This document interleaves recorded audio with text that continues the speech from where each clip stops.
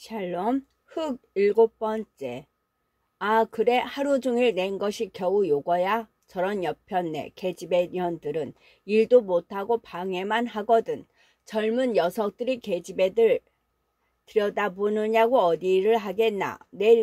내일부터는 계집애와 여편네를 다 몰아내거나 그렇지 아니하면 따로따로 일을 시켜야겠군. 여보게 문보, 자네는 뭘 하느라고 이것들이 빈둥빈둥 놀고 있어도 말 한마디도 아니하나. 내가 돈이 많아서 자네를 사전 새 갑절이나 주는 줄 아나. 고얀 손 다 보겠고. 신참사의 말은 갈수록 더 사람들의 분노감을 일으킨다. 제거 남의 것을 잊고 다만 흙을 사랑하고 변모를 사랑하는 단군 할아버지 적부터의 정신으로 버릇으로 일하던 이 농부들은 아, 우리는 종이로구나 하는 불쾌한 생각을 금할 수 없었다. 모를 내는 사람들은 갑자기 흥이 깨어지고 일하는 것이 힘이 들게 되었다. 물에서 오르는 진흙 냄새 섞인 김, 변모의 향긋한 냄새, 발과 손에 닿는 흙의 보드라움, 이마로부터 흘러내려서 눈과 입으로 들어오는 찝찝한 땀, 숨을 들이쉴 때마다 코 속으로 들어오는 제 땀 냄새, 남의 땀 냄새, 쉬지근한 냄새, 굵은 베옷을 세워서 살을 지지는 햇빛, 배고픔에서 오는 명치 끝의 쓰림, 오래 구부리고 있기 때문에 생기는 허리 아픔조차도 즐거운 것이건만은 신참사의 말 한마디에 이런 것도 다 괴로움이 되고 말았다. 망할, 어찌어찌 하다가 돈푼이라 잡아놓으라고 아니 꽃게. 연병아, 제 집에는 계집도 없고 딸 자식도 없담. 그 말버릇이 다 무엇이람. 성나는 대로 하면 그저 더 뚱뚱한 놈을 논바닥에다 잡아들여 놓고 그놈의 양 도야지 배때기를 그저 힘껏 짓밟아 주었으면 그래도 목구멍이 원수가 되어서 이 욕을 참고. 모내는 사람들은 저마다 속으로 이러한 생각을 하면서도 마치 말할 줄 모르는 짐승 모양으로 왼손에 쥔 변모를 세 줄기 네 줄기 갈라서는 꼬꼬꼬꼬 하였다. 이거 어디 쓰겠나? 들쑥날쑥해서 쓰겠나? 하고 농업 기수가 혼자 논 가장자리로 돌아다니다가 중얼거린다. 변모라는 것이 줄이 맞고 새가 고로와서 쓰는 게지 이게 다 무엇이람. 농업 기수는 점점 사람들이 모여있는 논머리로 와서 신참사를 보고 이거 어디 쓰겠어요? 저거 보세요. 뭐가 들쑥날쑥 오불꼬불 갈지자 걸음을 하였으니 이거 어디 쓰겠어요? 그 중에도 이 일랑은 사뭇 젬병인걸 하고 유순이가 타고 온 이랑을 단장으로 가리킨다.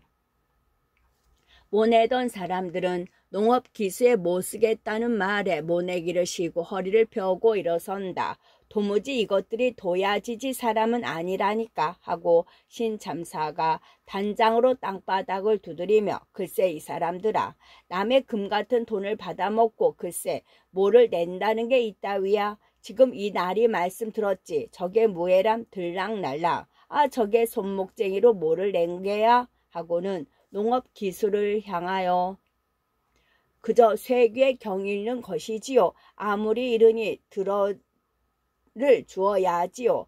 정조식 하고 천번은 더 일렀겠소이다. 하고는 다시 사람들을 향하여 글쎄 짐승들이라니까 굶어 죽겠고 알마저 마주 조밥을커녕 죽 국물도 아깝다니까. 만주 조밥은커녕 죽 국물도 아깝다니까. 또 농업 기술을 향하여 그러니 어쩌면 좋습니까? 내가 저것들을 데리고 농사를 짓자니 피가 마를 지경이요. 허참, 사람의 종자들은 아니라니까. 어디 나리께서 좀 잘 타일러 주시고 이왕 뭐는 그냥 두시더라도 그 앞으로는 고랑은 다시 아니 그러도록 좀 가르쳐 주시오. 이걸 다시 내자면 수십원 돈이 더 없어진단 말씀이야요. 날이 잘 양해를 하시오. 하고 애걸한다. 농업기수는 신참사에게 오늘 점심에 한턱 얻어먹을 것을 생각하고 또 저녁에 한턱 잘 얻어먹을 것을 생각하였다. 또 이 사람들이 낸 모는 뽑아버리고 다시 내지 아니하면 아니 될 정도는 아니었다. 다만 감독하는 관리로서 현장에 왔다가 한마디 없을 수 없고 한마디 없으면 자기의 위신이 관계될 것 같았다. 또 신참사가 장뜩 생각을 낼 필요도 있고 그뿐더러 시골서는 얻어보기 드물 듯한 유순의 아름다움을 보매 무슨 말썽을 일으켜서라도 유순에게 가까이 하고 싶었다. 다들 이리 와 하고 농업기수는 모내던 사람들을 불렀다. 남자들은 기수의 앞으로 가까이 왔으나 부인네들은 내외하느라고 돌아선 채 오지 아니하였다. 다들 이리 나와 관리가 명령을 하시거든 복종하는 법이야 하고 신참사가 호령을 하였다. 부인네들도 신참사의 호령에 맞이 못하여 절벅절벅 기수의 앞으로 왔다. 신참사의 뜻을 어기는 것은 곧 당장 밥줄을 끊는 것임을 그들이 잘 인식한 것이다. 저쪽에서 삿갓을 가지고 놀고 있던 아이도 웬일인가 하고 달려와서 근심스러운 눈으로 자기네 부모와 무서운 사람들과를 번갈아 보았다. 부인네들은 내외성 있게 혹은 제 남편의 혹은 오라비의 등 뒤에 숨어섰다. 유수는 그 과수 아주머니 뒤에 숨어섰다. 사람들이 다 앞에 모여 선 것을 보고 농업기수는 연설구주로 반말로 하고 마치 조선말이 서투른 외국 사람의 발음 모양으로 효유를 시작하였다. 그는 얼굴이 검고 코가 납작하고 머리 뒤가 넓적하게 찌그러진 천하에 생긴 사람이었다. 어떤 농부의 아들이라고 한다. 모를 내는 데는 정조식이라는 것이 있단 말이야 하고 그는 자기도 잘 알지 못하는 어려운 말을 섞어가며 가끔 일본 말을 섞어가며 일장 설명을 하였다. 그리고는 말을 끝나자 유순을 가리키며 이리 나서 하고 농업기수가 호령을 하였다. 유순은 아니 나섰다. 무슨 말씀이세요? 그 애가 부끄러워서 그럽니다 하고 유순의 과수 아주머니가 대신 말하였다. 웬 잔말이야 개더러 하는 말이 아니야 하고 기수는 성을 내었다. 과수 아주머니는 한숨을 쉬고 입을 다물었다. 이리 나와 어른이 나오라면 나오는 것이야 하고 이번에는 신참사가 호령을 하였다. 그래도 유수는 과수 아주머니 등 뒤에서 나오지를 아니하였다. 조련년 보았겠나 하고 농업기수는 더욱 성을 내어 발을 굴렀다. 그래 내가 이리 나오는데 아니 나올 테야. 내가 이럴 말이 있어서 나오라는데 방자한 계집애년 같으니 내가 누군 줄 알고 그래도 아니 나와 하고 기수는 마가성 과수 아주머니를 한편으로 밀어 제치고 유순의 변모든 발목을 잡아 당겼다. 유순의 변모에 묻었던 흙물이 기수의 흰 양복과 신참사의 못이 두루마기에 수없는 얼룩을 주었다. 이년 네가 내 모를 다 뽑아서 다시 내어라 하고 농업기수는 손바닥으로 유순의 뺨을 때렸다. 기수와 신참사는 흙의 옷에 흙물 튄 것이 더욱 열이 났다. 한 청년이 기수의 앞으로 나서며 유순의 발목을 잡은 기수의 팔을 으스러져라 하고 꽉 쥐어 비틀었다. 관리면 관리지 남녀 유별도 모른단 말이오. 남의 집 관연한 처녀의 손목을 잡고 뺨을 때리는 법은 어디서 배웠단 말이오. 당신 집에는 어미도 없고 누이도 없소 하고 대들었다. 그 청년은 키가 크고 콧마루가 서고 음성이 큰 건장하고도 다부진 사람이었다.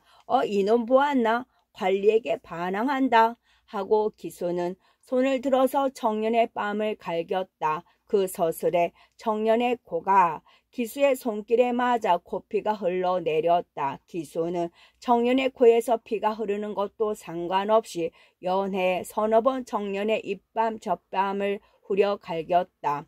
청년은 처음에는 참으려 하는 듯하였다. 그는 기수가 때리는 대로 말없이 맞았다. 그러나 기수의 구둣발길이 청년의 옆구리에 올라오려 할 때에 청년의 몸이 한번 번쩍 들리며 청년의 손은 기수의 목덜미를 눌러버렸다. 청년의 코에서 흐르는 피는 농업 기수의 양복 저고리에 뚝뚝 떨어졌다. 이놈아 하고 그 청년의 목소리가 떨렸다. 이놈, 남의 처녀의 손목을 잡고 뺨을 갈기고 넌 이놈 하늘 무서운 줄도 모르느냐 하고 청년은 기수를 획 잡아내어 둘러서 반드시 잡아들였다. 그놈을 죽여라 하고 다른 사람들이 덤벼들었다.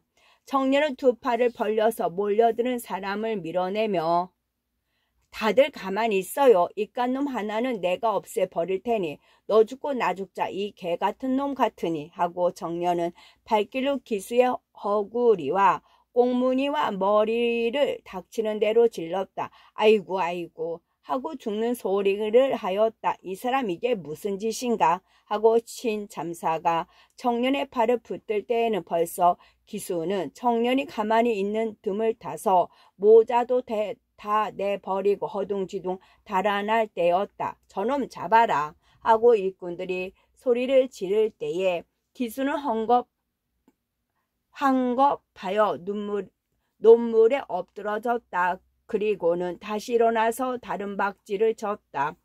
청년은 기수를 더 따라가려고도 아니하고 볼일 다 보았다는 듯이 논에 들어서서 여전히 모내기를 시작하였다. 분함과 무서운 광경에 덜덜 떨고 섰던 부인네들도 일을 쉬었다가는 싹쓸 못 받을 것을 생각하고 그 청년의 뒤를 따라 모내기를 시작하였다. 그렇지만은 어느 사람의 맘에나 무서운 후환이라는 검은 그림자가 있었다. 유순도 자기 하나 때문에 이런 일이 생긴 것을 생각하고는 심히 미안하였다. 신참사는 그 청년이 기수를 더 때리지 아니한 것, 자기까지도 때리지 아니한 것만 다행으로 알고 아무 말도 아니하고 시끔 벌떡거리며 기수의 뒤를 따라갔다. 사람들이 손이 오르지도 아니하는 일을 억지로 하고 있을 때에 끝이 없는 듯하던 여름해도 독장이라는 산마루에 올라앉게 되었다. 오늘 할 일은 다 되었다. 사람들은 손을 씻고 세수를 하고 발을 씻고 집을 향하고 무거운 다리를 끌었다. 배는 고프고 허리가 아파서 몸이 앞으로 굽어지려고 하고 눈알 힘줄이 늘어나서 눈알은 쏟아질 듯이 달리고 다리는 남의 것과 같았다. 입을 다시어 마른 입술을 죽이려 하나 침도 나올 것이 없었다. 순사가 나을 텐데 하고 연의 읍으로 뚫린 길을 돌아보고는 그 청년을 돌아보았다. 그러나 아직 순사가 오는 모양은 보이지 아니하였다.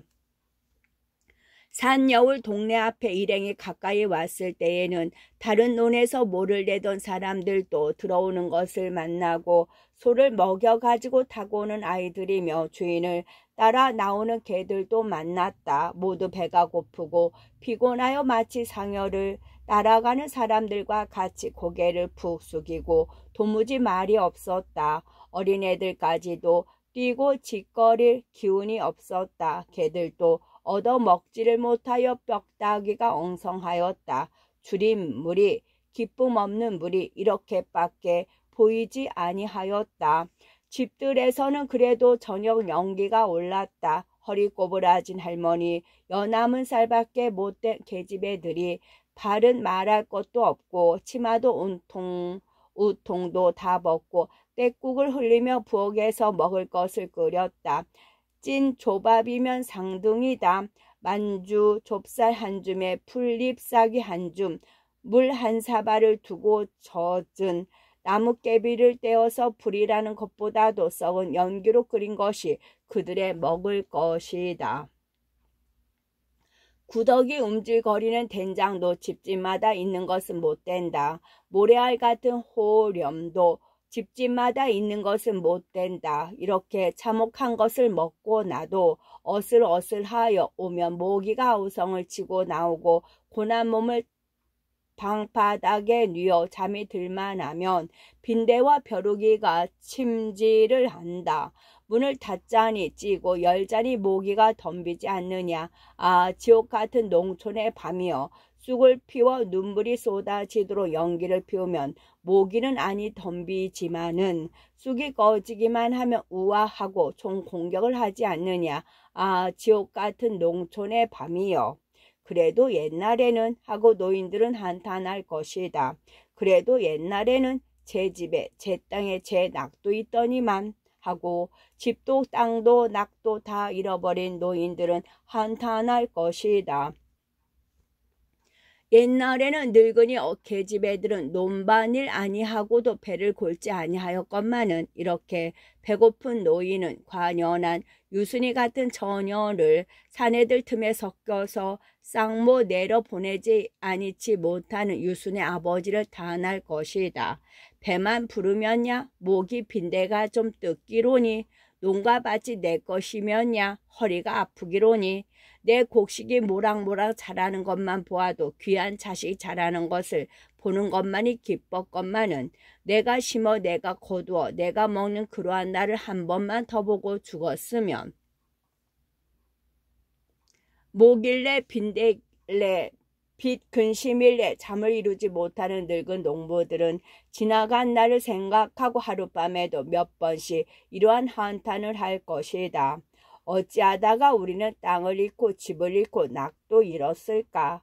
이렇게 늙은 농부는 유시호 어떤 때에는 자기네가 가난하게 된 원인을 생각하게 된다. 그러나 그들의 머리에는 이 문제를 설명할 만한 지식이 없다. 별로 전보다 더 잘못한 일도 없건만은 술을 더 먹은 것도 아니오, 담배를 더 피운 것도 아니오, 도적을 맞은 것도 아니오, 무엇에 쓴 데도 없건만 여전히 부지런히 일하고 애끼고 하였건만은 세 걸음 세 종자로 수입도 더 많건만은 이렇게 땅을 잃은 늙은 농부는 자탄한다. 그리고 이 수수께를 풀지 못해서 애를 쓴다. 비싸진 구실, 비싸진 옷값, 비싸진 교육비, 비싸진 술값, 담배값. 그는 이러한 생각도 해본다. 채마 한 편 귀퉁이에다가 담배 폭이나 심으면 1년 먹을 담배는 되었다. 보릿말이나 누룩을 잡아 쌀때나 삭히면 술이 되어 4.5 명절이나 제삿날에는 동리사람 술잔이나 먹였다. 그렇지만은 지금은 담배도 사 먹어야 술도 사 먹어야 내 손으로 만든 누에꼬치도 내 맘대로 팔지를 못한다. 그는 이러한 생각도 해본다.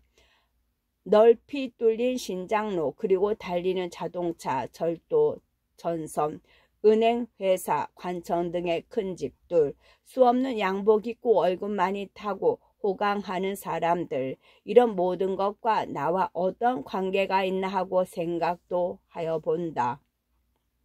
그렇지만은 이 모든 것이 다 이 늙은 자기와 어떤 관계가 있는 것인지 그는 해득하지 못한다.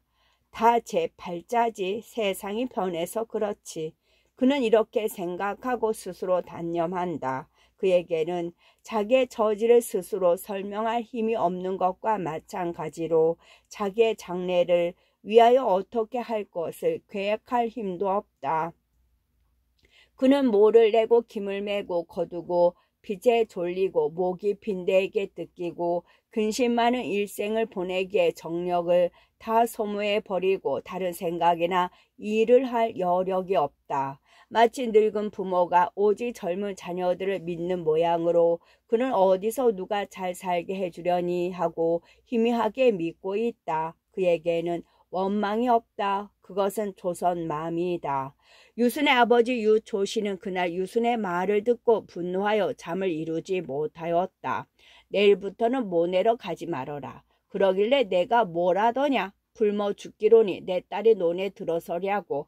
다실랑 가지 마라. 도시 내 탓이다. 이렇게 유초시는 분개하였다. 유순도 마음이 괴로웠다. 더구나 한갑이 기수를 때린 청년이 자기 때문에 장차 일을 당할 것을 생각할 때에 미안하였다. 한갑이는 유순이를 사랑하는 청년으로 그는 늙은 가난한 과부의 아들이었다. 유순은 한갑이가 자기에게 마음을 두고 있는 줄은 잘 안다. 그는 유순이가 보통 학교에 다닐 적에 세 반이나 위에 있던 아이로서 학교에도 매양 동행하였다. 개천을 업어 건네어 주는 일도 있었다. 한갑이는 말이 없고 진실하고 어떠한 괴로운 일이든지 싫다거나 힘들다거나 하고 핑계하거나 앙탈하는 일이 없었다. 아직 나이 젊지만은 동네 어른들도 한갑이를 존경하였다. 이를테면 산여울 동네에서 제일 믿음성 있는 사람이었다. 문벌로 말하며 유순이 집에 비길 수가 없었다. 그의 아버지가 타관에서 어떻게 굴러 들어와서 이 동네에 살게 되었으나 그 아버지는 벌써 죽은 지가 오래여서 유순은 그 얼굴도 잘 기억하지 못한다. 한갑의 아버지가 한갑이 하나를 길렀다. 남의 집일을 해주고 겨울이면 길쌈을 하고 그 과부는 누구에게나 환영을 받는 이였다. 한갑이는 그 아버지보다도 성질에 있어서는 어머니를 많이 닮았다. 그 어머니도 말이 없고 부지런하고 믿음성이 있었다. 이러한 한갑이다. 그는 속으로는 유순이를 사모하건만은 감히 그 말을 유초시에게 하지는 못하였다. 돈이 없고 문벌이 낮기 때문에 유순의 오라범이 글자나 읽어노라고 도무지 일을 아니하고 술이나 먹고 돌아다니기 때문에 유순의 아버지는 집안의 어려운 일을 많이 한갑에게 부탁하였다. 이 집에 장을 보아주는 이는 늘 한갑이었다. 이러한 한갑이를 죄에 빠뜨리게 한 것을 유수는 퍽이나 슬퍼하였다. 유수는 아침에 일찍 일어나 물동이를 들고 물 길러 나갔다. 물동이 동네 서편 끝 정거장으로 질러가는 길가에 있기 때문에 또 서울서 오는 새벽차가 여름에는 새벽 물 길러 갈 때에 오기 때문에 유수는 여름이면 물 길러 우물에 나와서는 문어 민목을 바라보는 것이 버릇이 되었다. 행여나 허숭이가 오나 하고 허숭은 벌써 서울 부잣집 딸과 혼인을 해버렸지만은 그래도 유순의 이 버릇은 아직 빠지지 아니하였다. 우물 위에는 거미줄이 걸리고 거미줄에는 눈물방울과 같은 이슬이 맺혀서 새벽빛에 진주같이 빛난다. 마치 유순이가 천물을 깃기 전에는 이 우물을 거룩하게 지키려는 것 같았다. 유수는 거미줄에 걸린 이슬을 물끄러미 바라보다가 바가지로 그 거미줄이 상하지 아니하도록 물을 떠서 손에 받아 낯을 씻고 치맛자락을 수건 삼아 썼다. 밤에 잠을 잘 못 잔 유순의 피곤한 낯에 찬 샘물이 닿는 것이 시원하였다. 유수는 물 한 동이를 길어놓고 또아리를 머리에 이고 또아리 끈을 입에 물고 물동이를 이기 전에 문어미를 바라보았다. 아직 이슬에 목욕한 불빛은 짙은 남빛이었다. 구름을 감은 독장이 높은 봉우리에는 불굴의 햇빛이 비치었다. 오지 못할 사람을 아침마다 기다리는 유순의 가슴은 무거웠다. 유순은 휘유 한 번 한숨을 쉬고 허리를 굽혀 물동이를 이려 하였다. 물동이에 엎어서 덮은 바가지 등에 푸른 메뚜기 한 놈이 올라 앉았다가 유순의 손이 가까이 오는 것을 보고 뛰어 달아나서 이슬에 젖은 풀숲으로 들어가고 말았다. 유순이가 바로 물동이를 들어서 머리에 이려 할 때에 유순이 앞에는 양복을 입고 큰 슈트 케이스를 든 남자가 나타났다. 유순은 물동이를 떨어뜨릴 뻔하도록 놀랐다. 유순은 물동이를 든 채 어안이 벙벙하였다. 그 남자는 허숭이었다. 허름한 학생복 대신에 흰 바지, 흰 조끼에 말쑥한 양복을 입은 것만이 다르고 분명히 허숭이었다. 그러나 허숭인 것을 분명하게 본 유수는 물동이를 이고 돌아보지도 아니하고 집을 향하여 걸었다. 남의 남편이 남자를 대해서는 이러하는 것이 조선의 딸의 예법인 까닭이었다. 나를 몰라보 하고 허숭은 슈트케이스를 이슬에 젖은 불 위에 내어버리고 유순의 뒤를 빨리 따르며 내가 숭이외다 하였다. 네 하고는 수는 여전히 앞으로 걸어갔다. 아버님 안녕하시오 하고 숭은 다른 말이 없어서 말을 하기 위하여 물었다. 네 하고 수는 여전히 외마디 대답이었다. 숭은 그만 더 따라갈 용기를 잃어버리고 우뚝 섰다. 마치 장승 모양으로.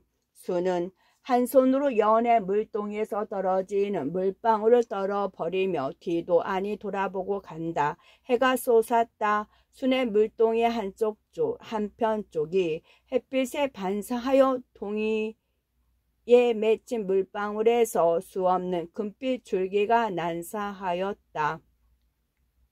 순의 고미신씨는 두 발이 촉촉하게 젖은 흙을 밟고 때로는 길가에 고개 숙인 풀대를 건드리며 점점 작아가는 양, 검은빛인지 붉은빛인지 분별할 수도 없는 때묻고 물 날고 떨어진 댕기, 그것이 풀 죽은 광당포 치마에 스쳐 흔들리는 양을 숭은 이윽히 보고 섰다가 그것조차 아니 보이게 될 때에 숭은 힘 빠진 사람 모양으로 길가 돌 위에 걸터 앉았다. 숭은 한 손으로 머리를 버티고 가만히 눈을 감았다. 숭의 눈에서는 눈물이 흘렀다. 집 잃은 사람, 길 잃은 사람, 모든 희망을 잃은 사람인 것을 스스로 느낀 것이었다. 숭은 어젯밤 가정을 버리고 서울을 떠났던 일을 생각하였다. 그의 아내 정선이가 애끼 시골뜨기 애끼 똥물에 튀길 녀석하고 자기에게 갖은 욕을 퍼붓고 나중에는 세수대야를 자기에게 뒤쳐 씌우던 것을 생각하였다. 그 직접 이유는 숭이가 그 남작집 소송 의뢰를 거절하였다는 것이었다. 이 소송은 이 남작과 그 부인과 그 남작의 아들과 기타 친족들이 관련된 간음, 이혼, 동거 청구, 재산 다툼 같은 것을 포함한 추악하고 복잡한 사건으로서 착수금이 2,000원이라는 변호사 직업하는 사람들이 침을 흘리는 소송이었다. 그뿐더러 이 소송은 유참판의 소개로 허숭에게로 돌아온 것이요. 또 허숭이가 김자작집 재산싸움 소송에 이었다는 것이 서울 사회에 이름이 높아진 까닭이었다. 만일 이 소송을 이기는 날이면 10만원 가까운 사례금이 오리라는 것인데 숭은 김자작집 소송에 양심의 가책을 받은 관계로 다시는 이런 추악한 사건에는 관계 아니한다고 맹세하여 이것을 거절해 버려서 그 사건은 마침내 어느 일본 사람 변호사와 조선 사람 변호사와 두 사람에게로 넘어가게 된 것이었다. 이것이 정선의 감정을 격분시킨 것이었다. 그저 그렇지 평생 남의 집 행랑방으로 돌아댕겨 웬체 시골 쌍놈의 자식이 그렇지 그래 하고 정선은 남편이 굴러 들어오는 복을 박차내 버리는 것이 그가 시골 상놈의 자식이기 때문이라고 단언하였다. 그러나 이것은 오직 근인에 지나지 못하였다. 숭과 정선과 가정생활을 하는 날이 깊어갈수록 두 사람의 생각에는 점점 배치되는 점이 많아졌다. 대관절 두 사람의 인생관이 도무지 용납할 수가 없는 것이었다. 이것이 점점 탄로가 난 것이었다. 이 세상에 돈이 제일이지 하는 것이 정선의 근본 사상의 제1조였다. 둘째는 그가 말로 발표는 아니하더라도 또 한 가지 근본 사상이 있는 것은 숭은 정선에게서 발견하였다. 그것은 성욕을 중심으로 한 향락 생활이었다. 마치 정선의 호리호리한 어여쁜 몸이 전부 성욕으로 된 듯한 생각을 줄 때가 있었다. 이것이 숭에게는 못마땅하였다. 숭의 생각에는 고등한 교육을 받지 아니하였더라도 인격의 존엄을 믿는 사람이라는 것보다는 음란하다는 말을 듣지 아니하는 사람으로는 성적 욕망이라는 것은 비록 부부 간에라도 서로 억제할 것이라고, 서로 보이지 아니할 것이라고 믿었다. 서로 대하기를 손같이 하라 하는 동양식 부부 도덕의 젖은 때문인가 하고 숭은 혼자 저를 의심해 보았다. 그래서 아내가 원하는 대로 되어보려고도 하였다. 그러나 그것은 숭에게는 자기를 낮추는 듯한 심히 불쾌한 일이었다. 그가 애써서 수양해온 인격의 존엄이라는 것을 깨뜨려 버리는 것이 싫었다. 그러나 숭이 인격의 존엄을 지키려 할 때에 정서는 이것이 사랑이 없는 까닭이라 하여 원망하고 심하면 유순이라는 계집애를 못 잇는 까닭이라고 해서 바가지를 긁었다. 원망하는 여자의 얼굴, 질투에 불에 타는 여자의 얼굴은 숭의 눈에는 심히 추하였다. 아내의 눈에서 질투의 불길이 쏟고 그 혀끝에서 원망의 독한 화살이 나올 때에 숭은 몸서리가 치도록 불쾌하였다. 자기의 사랑하는 어여쁜 아내의 손에 이런 추악한 것이 있는 것이 슬펐다. 이런 일이 한두 번이 아니요 여러 번 거듭할수록 숭의 눈에서는 아내의 아름다움이 점점 쓰러졌다. 순결한 청년 남자로서 그리던 여자의 아름다움, 여자의 몸에 쌌던 여자의 아름다운 마음에서 증발하는 증기라고 믿던 분홍빛 안개가 거쳐버리고 여자는 마치 육욕과 질투, 원망과 분노를 뭉쳐놓은 보다 싫은 고기 덩어리로 보였다. 그렇게도 아담스럽고 얌전하고 정숙하게 보이던 정선이가 이 추태를 폭로하는 것을 볼 때에 숭은 여자의 허위, 가식이라는 것을 아프게 깨달았다. 왜 내 아내 정선이가 얌전, 정숙, 그 물건이 아닌가 하고 울고 싶었다. 미소감이 여자를 미워하는 성질을 자기가 가졌는가 하고 스스로 의심하여 아내 정선을 재인식하려고 힘도 써보았다. 그러나 정선은 갈수록 더욱 평범 이하의 여성에 떨어지는 것 같이 숭의 눈에 비치었다. 숭은 마침내 자기의 정성을 가지고 정선의 정신 상태를 도덕 표준을 인생관을 보다 높은 곳으로 끌어올리려고도 결심을 해보았다. 그러나 숭의 정성된 도덕적 단원은 정선의 비웃음거리만 되고 말았다. 정선에게는 남편인 숭에게 대한 우월감이 깊이 뿌리를 박은 것 같았다. 숭의 말이면 무엇이나 비웃고 반대하였다. 그러할 뿐더러 정선은 적극적으로 빈정대고 박박 긁어서 숭을 볶는 것으로 한낙을 삼는 것 같이도 보였다. 재판소에서 돌아오기만 하면 숭의 마음에는 조금도 화평과 기쁨이 없었다. 대문 안을 들어서기가 끔찍하였다. 요행 웃는 낯으로 맞아주는 때가 있다 하더라도 그것을 잘 때까지 4-5시간 어떻게나 유지하나 하고 숭은 애를 쓰지 아니하면 아니 되었다. 그러다가 무슨 일만 생기면 이 무장적 병화는 순식간에 깨어지고 집안은 찬바람이 도는 수라장이 되고 마는 것이었다.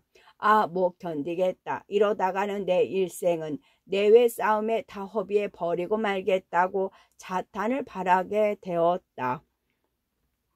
이런 일을 수없이 하다가 어젯밤에 대파탄이 일어나 숭은 단연히 집을 버리고 뛰어나온 것이었다. 이러한 생각을 하고 앉았을 때에 숭이 곁에는 서슬이 푸른 경관 3명이 달려왔다. 숭은 깜짝 놀라서 벌떡 일어났다. 셋 중에서 가장 똑똑해 보이는 순사가 바싹 숭의 가슴 앞에 와 서며 당신 무엇이오? 하고 묵뚝하게 물었다. 무엇이오? 하는 말에 숭은 좀 불쾌했다. 나 사람이오? 하고 숭도 불쾌하게 대답하였다. 그런 대답이 어디 있어? 하고 곁에 섰던 순사가 숭에게 대들었다. 사람들어 무엇이냐고 묻는 법은 어디 있어? 하고 숭도 반말로 대답했다. 이놈아, 그런 말벌을 어디서 배워먹었어? 하고 곁에 섰던 또 다른 순사가 숭의 따귀를 갈겼다. 연거푸 2번을 갈기는 판에 숭의 모자가 땅에 떨어졌다. 처음에 숭에게 당신 무엇이오 하던 순사가 수첩을 꺼내어 들고 성명이 무엇 하고 신문하는 구조다. 내가 무슨 죄를 지은 것이 아니거든 왜 까닭없는 사람들어 불공하게 말을 하오 하고 숭은 뻗대었다. 아마 이놈의 동네 사람들을 선동하여서 농업기수에게 폭행을 시켰나보. 이놈부터 묶읍시다 하고 한 순사가 일본말로 하였다. 숭은 어떤 영문을 몰라서 어안이 벙벙하였다. 그러나 이 순사들은 자기를 따라온 것이 아니오. 이 동네 농민과 기수세에 무슨 갈등이 생겨서 농민들을 잡으러 오는 것임을 짐작하였다. 그리고는 일변은 변호사인 직업의식으로 또 일변은 자기가 일생을 위해서 바치려는 산여울 동네 농민에게 무슨 중대 사건이 생겼다 하는 의식으로 이 자리에서 쓸데없는 말썽을 일으키는 것이 옳지 아니한 것을 깨달았다. 나는 오늘 아침차로 서울서 내려온 사람이요. 지금 내 고향인 산여울로 가는 길이요. 하고 역시 일본말로 냉정하게 대답하였다. 숭의 유창하고 점잖은 일본말과 또 냉정한 어조의 수첩을 내어든 순사는 좀 태도를 고쳤다. 오늘 차에서 내렸소? 하고 일본말로 좀 순하게 물었다. 그렇소. 그랬으면 자네네들 이 사람 보았겠지 하고 두 조선 순사를 돌아보았다. 두 순사는 물끄러미 숭을 바라보았다. 그 중에 한 사람이 응, 본 것 같소 하고 싱겁게 대답하였다. 이리 해서 급하던 풍우는 지나갔다. 더구나 변호사라는 명함을 보고는 경관들은 좀 더 태도를 고쳤다. 숭의 따귀를 때린 순사는 약간 머쓱하기까지 하였다. 숭은 불쾌한 생각이 용이히 가라앉지 않지만은 이것은 시골의 을에 있는 것으로 생각하고 꿀떡 참았다. 아니 참기로 별수가 있으랴마는. 숭은 짐을 들고 순사들의 뒤를 따라갔다. 동네 개들이 요란하게 짖었다. 목적한 범인 8사람은 반시간이 못 되어서 다 묶이었다. 그들은 반항도 아니하고 변명도 아니하고 어디 구경 가는 사람 모양으로 열을 지어서 묶여 섰다. 다만 아들을 남편을 잡혀 보내는 부인네들이 문 앞에 서서 울 따름이었다. 이 사건의 주범되는 한갑은 잡힐 때에 매를 맞고 발길로 재어서 그러한 자리가 있었다. 숭은 우투건이 서서 이 광경을 보았다. 경관대는 담배 한 대씩을 피우고는 범인 8명을 끌고 읍으로 향하였다. 허숭은 와 있기를 바라는 일갓집을 다 제치고 한갑의 집으로 갔다. 이전에는 쓴 외보듯 하던 일가 사람들도 숭이가 변호사로 부잣집 사이로 훌륭한 옷을 입고 돌아온 것을 보고는 다투어서 환영하였다. 네가 귀히 되어 왔구나 하고 할머니, 아주머니 뻘대는 부인네들까지도 환영하였다. 아이, 올케가 썩 미인이라더구나 하고 누이 항렬되는 여자들도 대환영이었다. 그러나 숭은 이런 환영도 다 뿌리치고 이 동네에서 제일 작고 가난한 한갑인의 집을 택하였다. 한갑이 어머니는 아이 자네같이 귀한 사람이 어떻게 우리 집에 있나 하고 걱정하였다. 쌀이 없는데 반찬이 없는데 하고 한갑 어머니가 애를 썼다. 자제 먹던 대로만 해주세요 하고 숭은 한갑 어머니에게 안심을 주었다. 한갑 어머니는 잡혀간 아들이 무사히 돌아올까 하고 부엌에서 숭을 위하여 밥을 짓는 동안에도 몇 번이나 나와서 숭에게 물었다.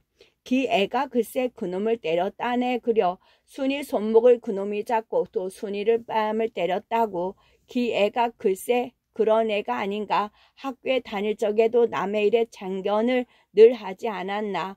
글쎄 어쩌자고 관인을 때리나. 그런 철없는 녀석이 어딨어. 아이, 그 녀석이 늙은 애미 속을 이렇게 아프게 하나. 하고 한갑 어머니는 끝.